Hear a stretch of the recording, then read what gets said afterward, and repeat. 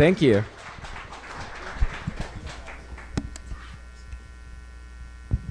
The power. All right, so this is a little bit of a different kind of keynote, and this is actually something that is, for me personally, a little bit closer to home, and it's more just about doing good with things. And what we are going to do is a conversation. This is not a, today you've gone through and you've had tech talks, you've had your mind melted, you've been like, what the fuck is this person talking about? Oh my God, that's awesome! It's been like an up-down roller coaster type of thing. And so we're going to kind of just bring it down a little bit, and we're just going to have a conversation. And with this, it's all about the community. So if you guys have something that you want to ask or participate in a way, this is kind of the idea. We're going to have, we like to call the fireside chat. I wish we had, oh man, that would have been awesome if we had like some nice fire going, like a little roasting thing. Do we have the whiskey? Yeah. There's a Netflix. There is that Netflix, like the Yule log or whatever. Yeah. So with that, this fireside talk is WTF. What are we doing? And I think we're going to kind of dive into that. So with that, I'm going to allow our panelists to introduce themselves. All right, I guess I'll start. My name is Randy Winch. I'm a tech lead at the First Movement. That's about it. I've been in the industry since the first .com explosion and implosion. So I've been around for about 15 years in the tech industry, and I've done just about everything. That's it.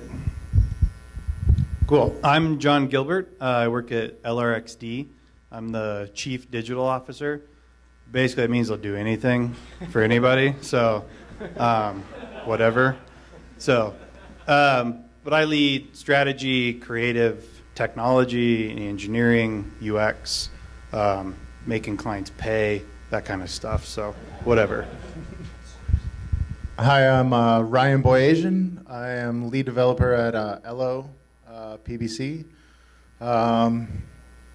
It's a fancy title. That means I do all kinds of shit. Program every aspect of the app that we have, / web, everything.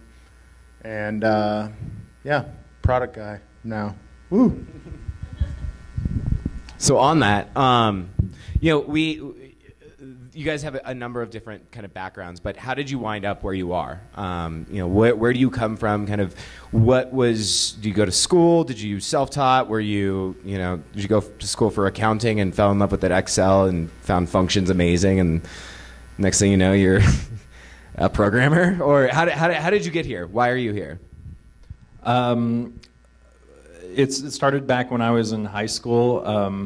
I really liked computer games, so I downloaded computer games all the time, and then I was trading on the underground FTPs to download illegal games. And people didn't want games as much, they wanted software. And so then I started downloading things like Photoshop and 3D Studio Max and Visual Basic to actually trade to get computer games. And so then I actually started, I was using those as currency. And so then I actually started using those programs and testing them out. And then I just fell in love with this whole new world of programming and development and design and music and sound and everything. And I started making my own computer games. And so that's actually how I got started in the industry. I became obsessed with it, and then I went to art school. And I actually wanted to be a Pixar computer animator. And I went to art school, and I was under computer animation. And I walked by the computer animation lab late one night, and it was full of people that were obsessively modeling heads. And I decided that was way too ambitious. So then I went back and I talked to my counselor, and she said that I should go into web. And that's what happened. It's awesome. So mine's a little different. My father worked at HP like in the 70s and 80s, and my whole life we've had like technology now. So I had a laptop at like 8 years old, but it was about like this big, you know, and had like a full CRT that would like flip up from the actual machine. So it's just always been ingrained in like who I was and what it was. I was the kid in high school who was like hustling companies for HTML sites in the late 90s for like $500, and I'd build shit on GeoCities or something. But then I kind of turned that into like, I decided to go into computer science. Then I dropped out because that was dumb.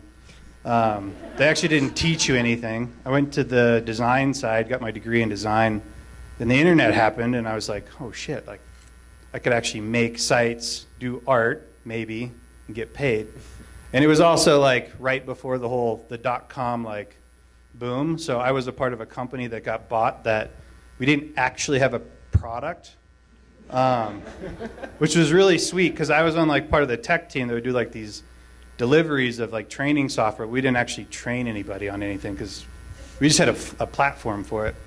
But so yeah, that's how I got in the industry, and then got into the agency world, more on the advertising side, and was like some of the first tech groups and big agencies and stuff like that. So that's my background.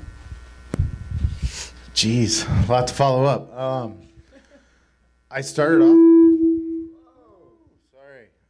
started off trying to do crazy math and science stuff in Virginia. Integrated science and technology was way over my head, so I dropped out. Packed up all my shit, moved out here. Went to art school, which was sweet. Got out of art school, realized that it's very subjective, and I wasn't very good at it. I didn't really care for anything I designed. It was mediocre at best. So I basically just started figuring out things on the side. I was a bartender for a long time. I actually was throwing business cards at people that sounded like they were cool. Like, oh, maybe you're in, the design web field, whatever. Lied through my teeth, was like, oh yeah, I program Flash on one. It's just on the first frame. That's all I do. One huge, massive conditional if statement. That's what I do. And at the time, that was awesome. So I got a job doing that, and then kind of weaseled my way into figuring out how to better their company in doing more dynamic websites and all kinds of stuff. And from there, went from agency to freelance to product and consultancy back in the day. So that's how I ended up here, and yeah.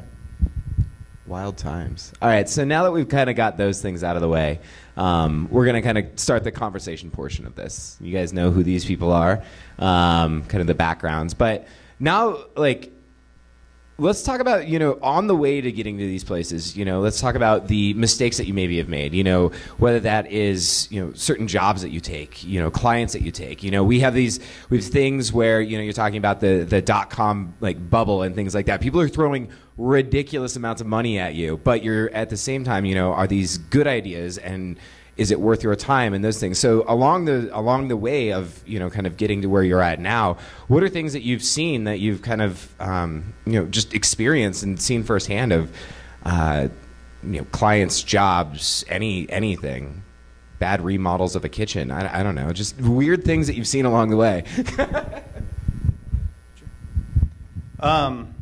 So my career is mostly in the advertising world, but on the technology side. So when I first started, I got into an agency. Really what I did is I started a consultancy that in college with a bunch of buddies that no agency knew how to do the kind of stuff we did.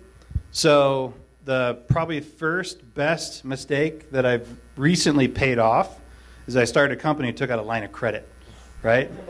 Which when that whole .com boom bust went out, I'm sitting there with 3 dudes on salary that I'd basically paid for with a credit card. So probably the better mistake that I've made personally.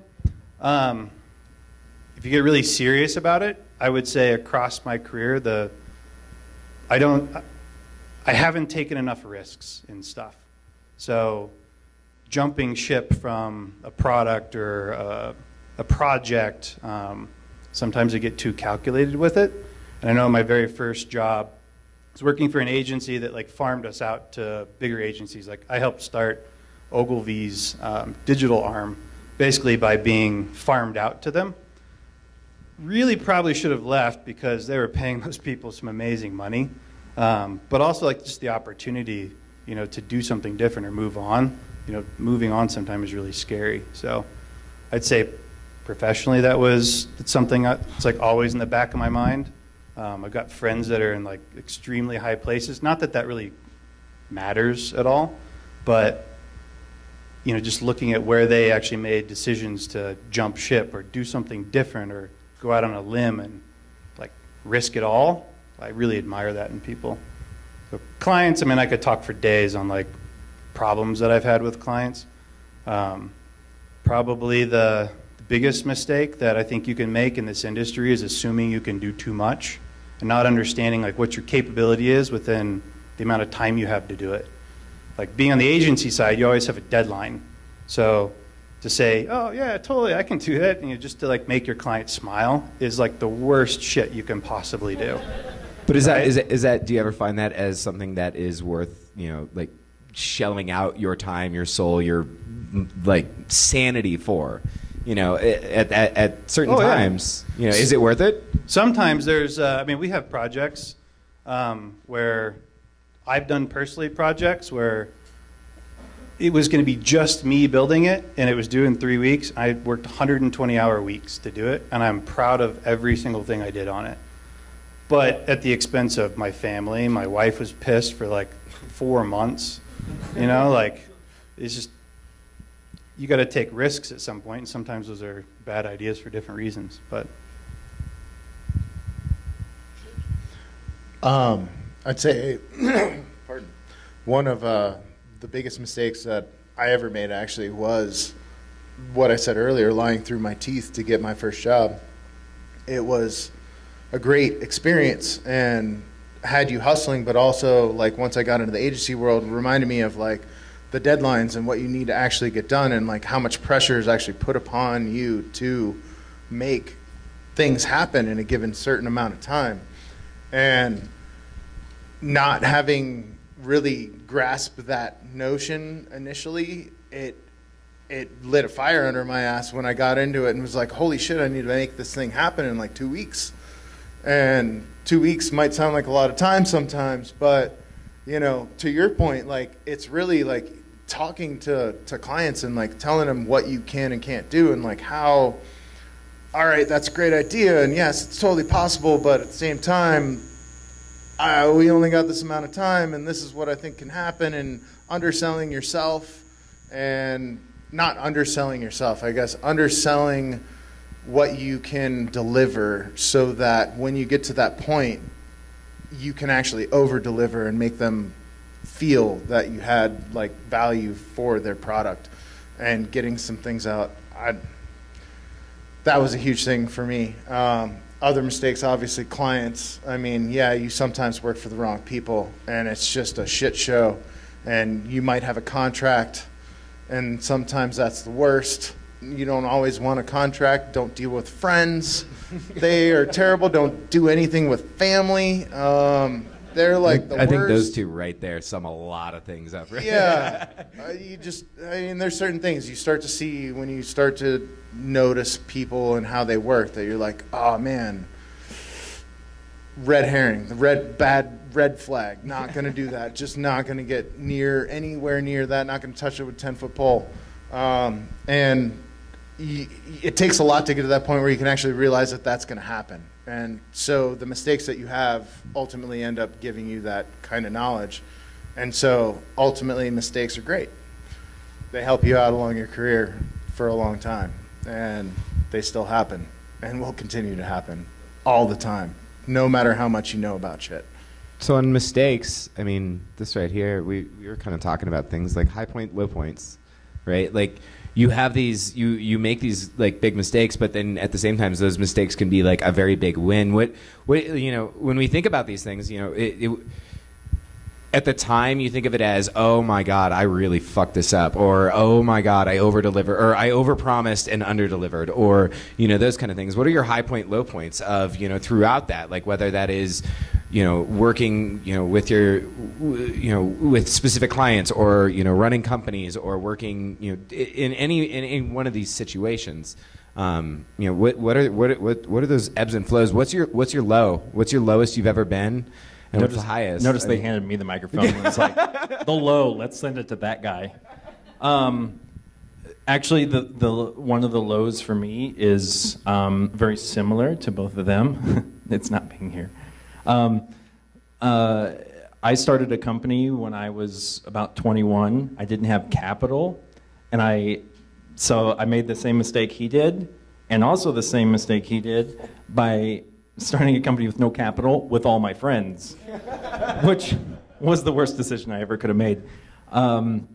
We basically funded the company on our credit cards, and one of my my good friends had 3 kids, and so when the money came in, we felt guilty as single people taking a big share of the money, so we made sure that his salary was covered first before any of us were covered. So basically what I learned how to float credit card money and write credit card checks to different credit cards. And I did that for a couple of years, and it took me almost a decade to actually get out of that. That sounds really stressful. It was very stressful. It was a great learning experience. I think starting a company is a very unique experience. But when you have to learn especially when you do that with friends, you have to learn like the boundaries and things like that, of that they're your friends, but they're still business to be attended to. And if you step away from that, it gets really hairy. And that was, I didn't express any of that stuff. It was just like, oh, your kids are hungry, here, take this money. And, I think that was the tough part. I got a high and low that were both equal, and it came on a project that I was working on back in the day. It was an Oakley project. It was a good time. It was fun. I was making a kiosk where you could customize your sunglasses for in-store purchase. Went through their SAP system. You could build it in store or have it ordered, and it was awesome. And they were like, "Hey, we're gonna send you to London to release 28 of these into 28 London stores, including their main head honcho store." And I was like, fuck yeah. I've never traveled for work. Still to this day, I've never traveled for work, FYI. So they pulled that out from under me and basically was working 16-hour nights, whatever. They boiled together. But, there was some good camaraderie that came out of it. There was 3 or 4 of us hanging out in the office. It happened to be on a point where they were testing the electricity around the block, and they shut down all the power, but our server room was on. So we wheeled the beer cart out to the server room and plugged it in. So we at least had beer for the 16-hour days. But, ultimately, it was a great experience.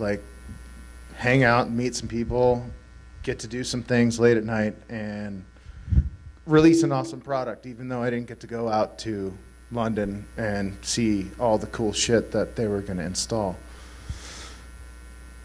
So, I don't know. Yeah, I'm still depressed about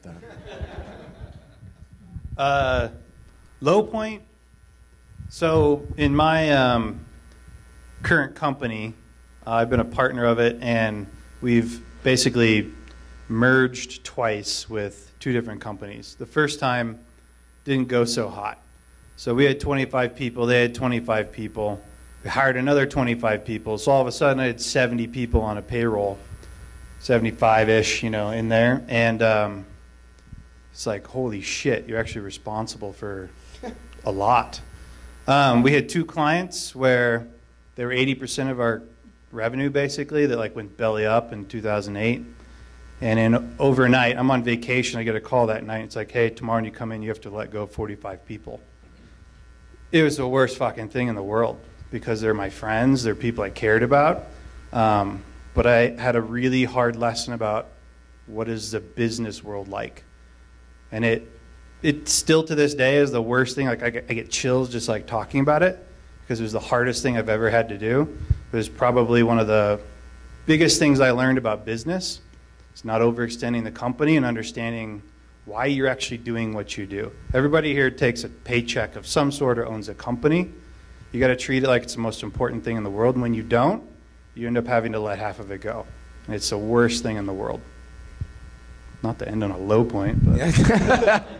Okay. Well, no, in speaking to that, you know, in talking straight business and kind of like, let's mix the technology and like, where are things going? Okay, so now this is kind of a little bit more directed to the global everybody here, right? So we, you know, as a community and as business, like, you know, as you guys being more like, you know, in that kind of lead position, right? So you're kind of directly responsible for, here's our stack, here's the direction that we're going to take these things. But like, where are we going right now? You know, we see these hot trends. We see, you know, especially, you know, in the past, I mean, 3 or 4 years with JavaScript, the way that everything is exploding around that, you know, you're suddenly running your entire stack on JavaScript. Like, that's fucking crazy. And then you talk about, you know, where we were prior to that, you know, like where are we going? Like from a business and from a technology standpoint, you know, like, you know, is there something that, you know, like suddenly changes and then another company starts taking that on, or like how does that actually start happening? Like what do you think those influences are that like start making these things happen, and where do you see us kind of going in that direction? Especially coming from, and I want to note this. One thing that should be known is these guys all come from the Flash days. So all of these dudes are, and this is why I think it's actually a very poignant question, is because you're coming from, you know, I mean, it's Flash. Like we've seen it even within this past year. Like it officially is like we're hitting this point where it no longer is what it was in its current heyday. And so all three of you guys have had that experience in literally making your bread and butter off of Flash. And so now in where we are, you know, in this current present day, like where do you see it going? Where do you think that we're going with everything? JavaScript's going to go down in a fiery like flame, and everyone's going to lose their shit. If it's somewhat similar to how Flash went. That's rather pessimistic. No, I think, at least for me, yeah, I was in the Flash field for quite a while, and what was funny is when I started at the first movement, they brought me on as a front end guy, and I'm like, oh, that's like the PSD cutting up people, right? But I was like, all right, I'll do it, and then that's right when the iPad came out, and then it's like, oh, Flash isn't on the iPad, and all of a sudden every client called, our phone was off the hook, and it was kind of a weird time, right? It was totally weird because they're like, can you convert this Flash website to HTML and keep all the animations and make it work in IE6?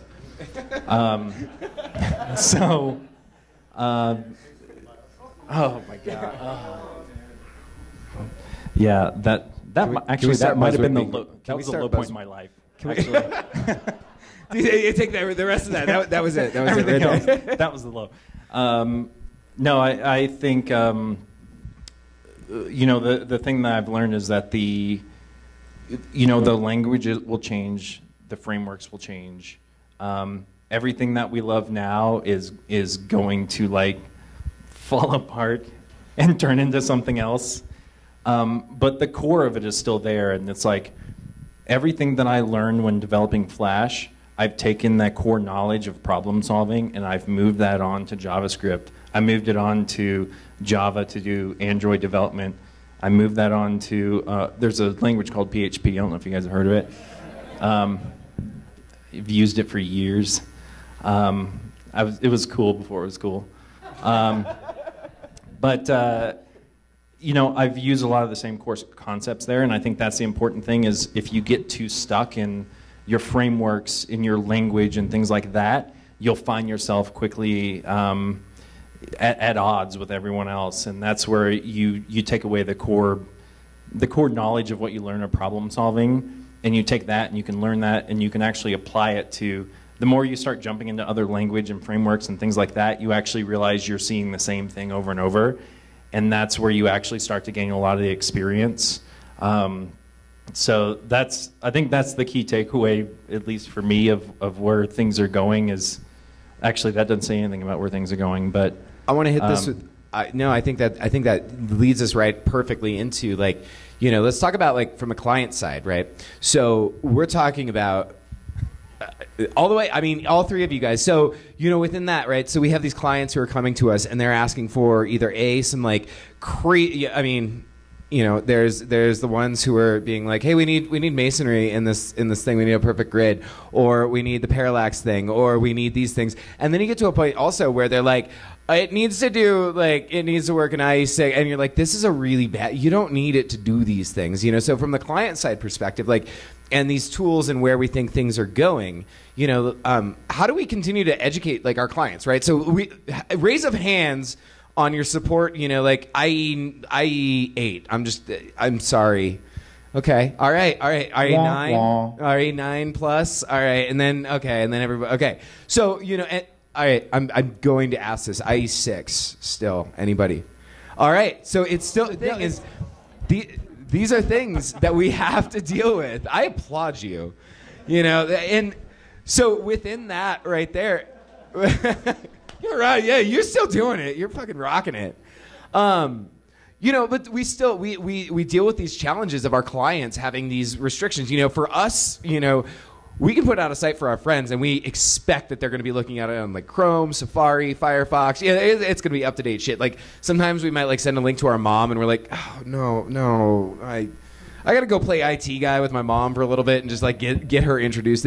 You know, so our clients, you know, we're selling work, or you are the client. So I pose this as kind of a, you know, with these new technologies, and what is your stance on that? And like, how do we move the web forward? How do we continue this thing, and how do we actually push it forward? Because that right there is how we utilize these new technologies. And, you know, while things are changing and how things are going, you know, in any one direction, we still need to continue moving forward. But the problem that we're facing now is legacy shit, and we're getting better at it, but how do we continue to do those things in your minds? I mean, I'll tell you, as a product person, straightforward, like, we get to make our own rules. It's pretty fucking awesome. It's like, hey, we're only going to support the latest and 2 versions back. That's it. Like, that's it. iOS 8 and higher. Like, we're on iOS 8. Like, KitKat and higher. That's it. Screw it. So, like, if you can get to that point, like, there are certain clients where you need to support further back. Like Oakley was one of them back in the day. They had built a shitload of tools, as a bunch of people used to do around IE6. You know, it was all their like integration, inventory management tools and everything that were all built for that, and you had to build everything towards that as your lowest common denominator.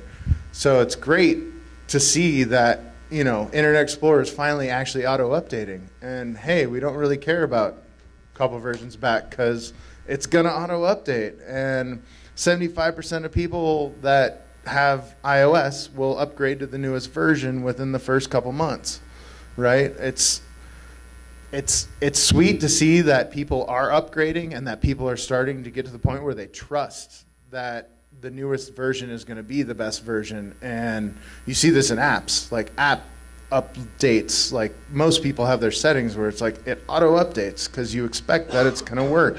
It's going to be great. It's going to be better on your battery. It's not going to screw shit up. So I think ultimately, like, we're pushing it to a point where it's good. Like, bleeding edge is good. We want people to get to that bleeding edge. We want people to like actually have the latest and greatest of everything at all times. But it's hard. I don't know. It's hard to not think about the past. I'm glad, like, for the most part in my mind, I'm like over it. Like, IE6 is dead. It's dead. Like, who cares? And things like, you know, CoffeeScript, and I feel like CoffeeScript is what actually pushed JS to get to the point where they're like doing ECMA 6 and ECMA 7. Like, you know, ActionScript 3 was supposed to be ECMA 4, and that was like basically Java. And now, like, the fact that CoffeeScript came out with inheritance and everything, it's pushing things forward in that direction. That's like, we need to be up to date with the latest and greatest, and I think it's great. I think we're moving in the right direction. I would say there's a couple of sides to it. You know, in the past, I would blindly kind of accept what the client needed. And I think what I've learned in the last probably like 3-4 years is to push for my idea a lot more, because they're buying my time. It's not that they actually know what the hell they're talking about. Right? Somebody else has told them what they're doing, but really it's like they're trusting in me and you to do the best job possible. So it really comes down to like making a case for it. So never just saying like, well, we're only going to support these two, but like give them the why, give them the reasoning behind it. And honestly, like, I think I've dumped like a couple versions of IE, and like we just did it on another client. They're like, well, your analytics don't support it. It's like, oh, okay, whatever. But it probably saved us like 40 hours, right? So don't just accept like where it is. And I think I agree with what he's saying about you should constantly push your clients, because for the betterment of the entire like ecosystem that all of us are trying to work inside of, you know, push them to be the latest and greatest. There's nothing wrong with that. You can still support what's, you know, IE7, IE6 if you have to, but just, you know, have some balls, push for it. You can line item it too. Yeah. That is absolutely, yeah. Yeah, actually on that point, we had a client a year or two ago. They came back to us, and then they were like, we noticed it's IE8 and up, but everyone inside the company is on IE7. So first we were like, Bob well, in accounting is on yeah. IE7. Yeah, and we're like, he well, really needs to see this thing. well, we're not building the site for you. We're building the site for your users. So sorry, you guys are on IE7. And Do you think that's a but we did line item it, and we said, okay, we're happy to take you to IE8 because there are instances where, you know, clients have specific needs. But then they actually looked at the cost of line iteming that, and then they talked to IT, and they called us the next week, and they're like, Bob yeah, got a new computer. Actually, we're just upgrading everyone internally to IE8. So Bob got a new computer. All right. I mean, on that note, like users, right? So we're finally getting into a point too where we're pushing the web forward, right? So we're doing wild shit on the web, right? We're doing 3D on the web. We're doing mobile on the web. You know, even today, like we've had talks about using stateless or not, you know, the real-time web, right? And the transition between like the static web page and an actual like living, breathing web page, right? So we're talking about our users that are kind of pushing these things forward. So in that, what do you think makes a good developer? What makes a smart developer? What are the things that you think that, you know, as we continue to do this thing, you know, we're constantly learning, but what do you think actually makes like those smart developers? You know, whether that is the decision making on, you know, what we are using. You know, say we do have these restrictions or that kind of stuff. What to you means kind of a smart developer, a wise developer, or just, you know, a good developer? The things that you look for. Yeah, I think for me personally, or just good, you yourself. You know, just like what do you see? Me. Well, sorry, yeah. Phrasing. Context, Drew. No, I think really the important thing for me, for what I consider in a good developer, is like not getting so hung up in the tools or the frameworks or those pieces, but like it's their ability to really like get down and dirty and solve problems, and also their ability to collaborate with others. You know, we deal with a lot. Sometimes we'll deal with like really large clients, and we deal with their IT department. And anything you say to them, they're just like, everything starts off with,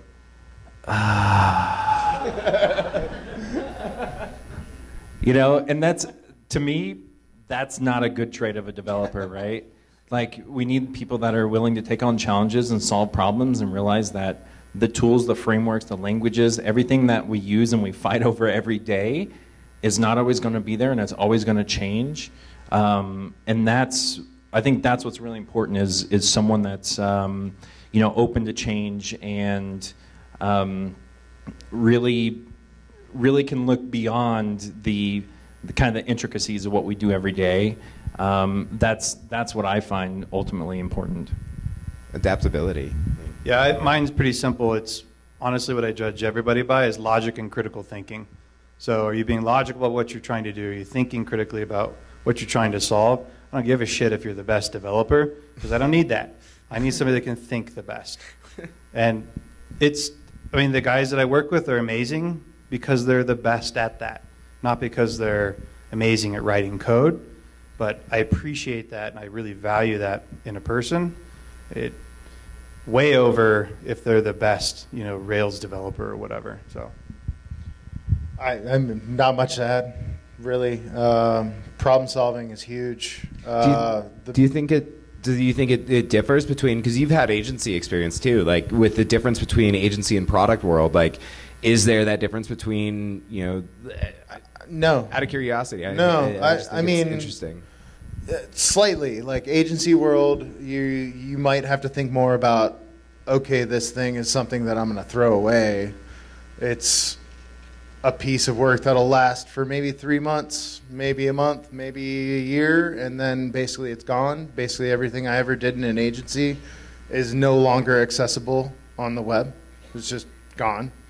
Did a lot of cool shit. It was pretty sweet, but maybe that's the only difference. Because you still have to have problem solving. Maybe, the agency, you're like, all right, you can cut corners a little bit more. Because, your deadline is coming up and your shelf life is minimal. Product, you might have to think a little bit more about the end game. But, if your product is a startup product, then sometimes you want to cut corners initially just to see if maybe that will make things better. If you can make some metrics that improve your curve, then hey, why not? But you can also just throw some shit out there and then make it better later on. It's a double-edged sword. Totally. So, all right, kind of switching but staying a little bit. What about teaching people, mentoring people? This is really a huge important piece, and I think we start circling back on what are we doing? What are we actually doing? With this ability to create these things and the trials and tribulations that go, the ups, the downs, those moments of kind of just sheer panic and sheer kind of joy and elation. What about the other side of that, of giving back and through these experiences, is it mentoring? Is it going through boot camps? Is it the schools? Are these things? Is it open source? Is it how as communities, we say that we want to do something, we want to do these things, but how do we actually get involved in that, and how do we actually make this happen? It's tough that we're not all born like teachers.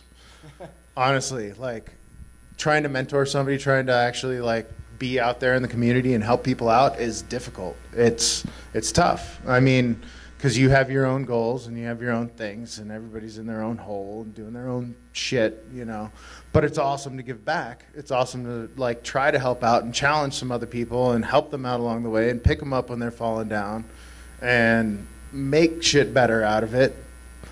But I don't know, open source too, that's a whole different talk. Open source is great. It's awesome to put something out there, you're really proud of this shit, and then somebody's trolling you because you have a typo or something stupid. And you're well, shit, make a PR, man. Come on, tell me how to fix it. Or what happens when you're over it, or you switch from one language to another and you just abandon a project. Do you have to have a will out there that grants this project to somebody from here on out? It's a tough area to be in. I like open sourcing. I think it's a good thing from time to time, depending on what you're trying to do. If there's really nothing out there. But if there's something out there that's awesome, maybe you should consider not rewriting and reinventing the wheel. You should contribute to their open source project and, steer it in the right direction. So there's a lot of ways that you can help people out. I personally do like mentoring. I've done it a few times. And it's a great experience. Frustrating sometimes, I admit. Not all that patient of a person, but it can be really rewarding to see somebody succeed and like finally get a job and go through and make good in the world. So yeah, I mean, I would look at it from like, who do you hire and who are you bringing in? For the longest time, I always had this like hang up of like, I need the perfect person to come on board, and it's just not the case, right? There's a lot of people out there, like, I don't even have a computer science degree, so it's like, I have an art degree, right? So who am I to judge somebody based on like criteria? But I was telling these guys earlier, like one of the recent like contract guys that I brought in, we had a big project, internal, it's amazing. I hired this guy that was part of G School. And it's, you know, kind of like a big risk, but I think everybody here that hires somebody should give people a shot, because that's kind of, somebody gave you a shot and you're a dick if you don't. So the whole thing would be like, you give somebody a shot, you know, like trust in what they do, and you'd be a better person. Like basically I gave the guy a task like on the first day. It's like, hey, you got to have this done in the first day. And he's like, I just did this, but it took me 6 weeks. I'm like, you have a day. That's sweet. But, you know, he learned, and when he was done with it, with the contract with us, he flat out told me, he's like, this, I learned so much in the last 3 months, thank you. You know, he stays in touch with me. Like, it's a really rewarding thing. Like, I work with clients and like sell their shit constantly, right? So it's not like day in, day out I have this awesome thing to like talk about. But I mean, I love my clients, let's not get that wrong if anybody's listening. But it's just invest in people, it's important. I was just thinking about G School and giving people a shot, because I thought if anyone says G School that they have to get a shot. I thought. Oh yeah. Where's Shelby, our enforcer? Oh boy. Just checking. Sorry. It's galvanized full stack now. Yep.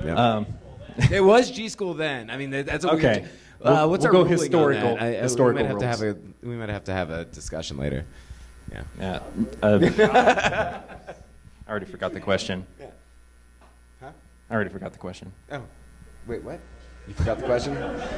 Okay, on that. So we're kind of coming to the close, but you know, within the mentoring and open source and things like that, within, you know, doing good, the way that when people hear, oh, I did good, does that mean like you made a well in like India, or you fed some like famine-stricken country, or you did those things? Like, what is doing good to you? I mean, like, doing good can mean so many different things. And, you know, what exactly is that to you? I mean, what are your perceptions on that? Yeah, I think, you know, when we, at least for me, when I think of doing good, I have these very like existential thoughts about all the amazing things I could be, you know, doing in like third world countries. But, you know, really there's a lot that we can start with what we're doing today.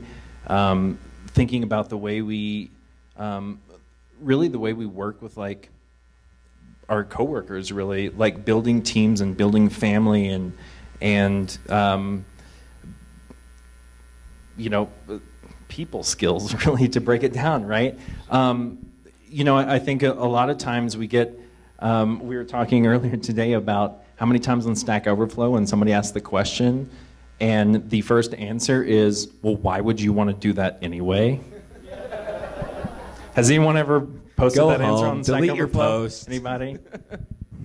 No, and I think that's one of the things is like doing good is like, you know, is about sharing your knowledge and like, you know, that kind of, that free giving. And it's a little bit about, you know, we talk about open source like it is free giving, but then you get trolled because of a typo.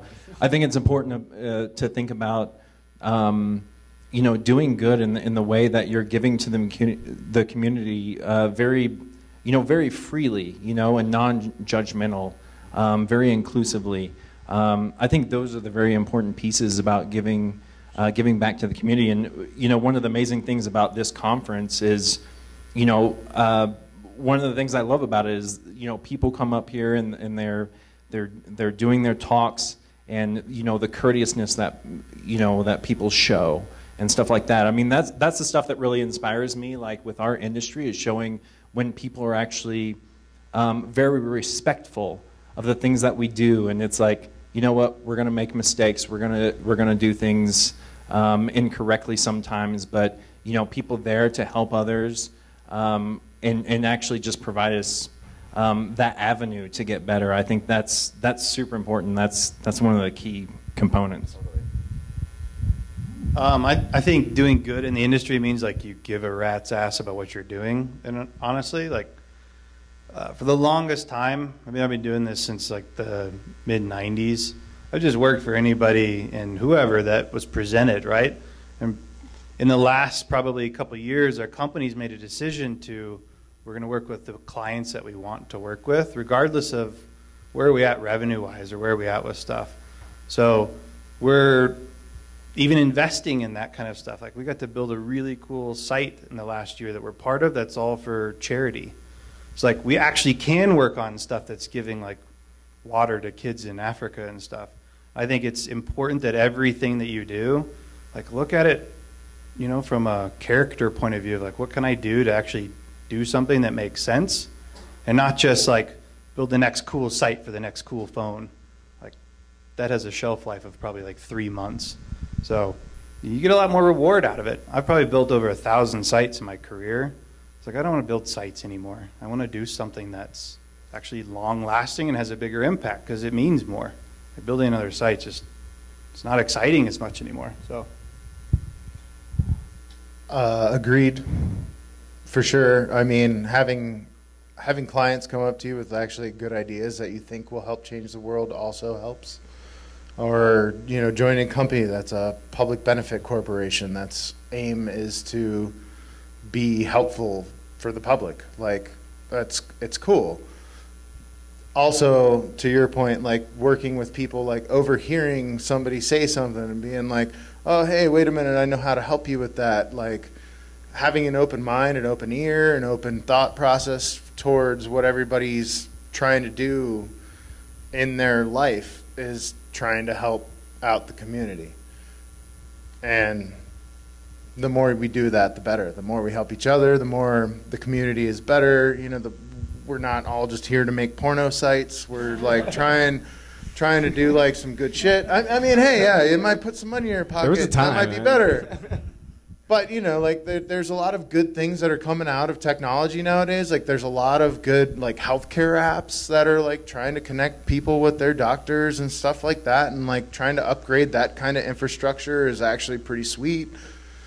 I like that idea. I think it's great, and if we can help along those lines, if we could help update some outdated, antiquated crap that's out there, like healthcare, like there's tons of shit that I can't think of right now. But what about clients? Like, I mean, does that count? Like doing something for beyond, it's not seen. Like, what about the unseen seen things?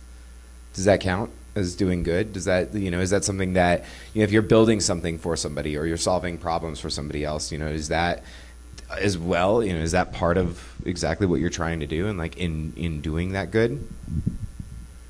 I mean, I feel like you can help clients out. You can help them better visualize what their goal is. Sure. Doesn't necessarily mean that they have the best intentions all the time. But some weird ideas.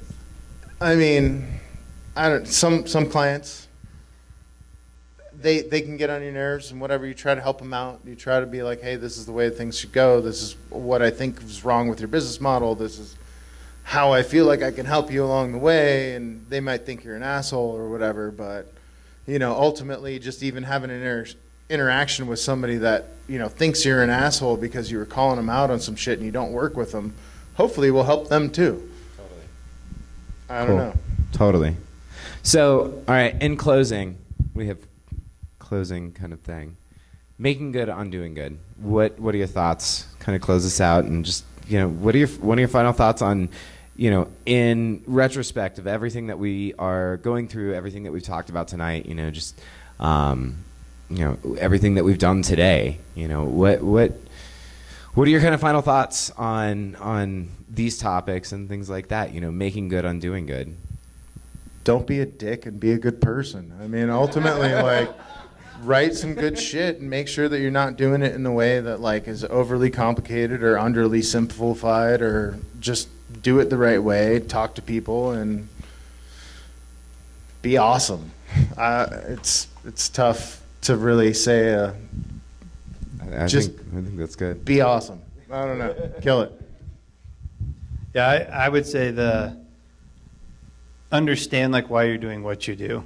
You know, like everybody here is building something or developing something, but like really, why are you doing it, right? So in order to like do a good job, it might mean, you know, helping your manager, direct report, whatever, the guy next to you, like get it done faster. It might mean another thing, like it's like kind of karma in a way of just understand what you're doing, why you're doing it, so you can do the best job you can. The second you get lazy on that is the second that you suck. So don't suck. Stop sucking. That's what I always tell people. Yeah, I think one of the things for me is really sitting down and analyzing your passions and why you do the things you do. And I don't know if any of you guys out here are familiar with Seth Godin. He does like all kinds of marketing shit, writes crap all the time. But I'm subscribed to his blog, and he writes like a paragraph every day. And I wake up and I'm laying in bed and I get on my phone and, you know, read what his blog post says and disagree or agree. But one day I open my phone and kind of dreary-eyed, I look at the blog and it says, "Why do you go to work every day?" And normally I read all of his like shit and I'm just like, yeah, whatever, you know, it's like leadership stuff or whatever. But that one actually made me stop. And I sat there and I thought, like, why am I going to put pants on today? Like, why do I want to go to work? Why do I work at the company that I do? Why am I going to do these things? And that was a really fascinating question because no one ever asked me that. And I sat there and I thought about it and I realized like a lot of it wasn't about I'm gonna go into work today and I'm gonna like download the latest version of Angular and I'm gonna like make some grunt scripts, and, you know, whatever. None of that came to mind. I thought about making change in the organization, about helping people and like my coworkers, people that are trying to get their work done and trying to be successful, like trying to be successful as a team. So, you know, I really encourage every one of you to think about, you know, why do you go to work every day? And it doesn't, you can be a programmer, but you don't necessarily go to work every day to program. And that's kind of what you do, but it might not be why you go to work. So I think that was one of the most like profound things that I really thought about. And that's kind of what I would suggest to everyone. Dig it. Damn.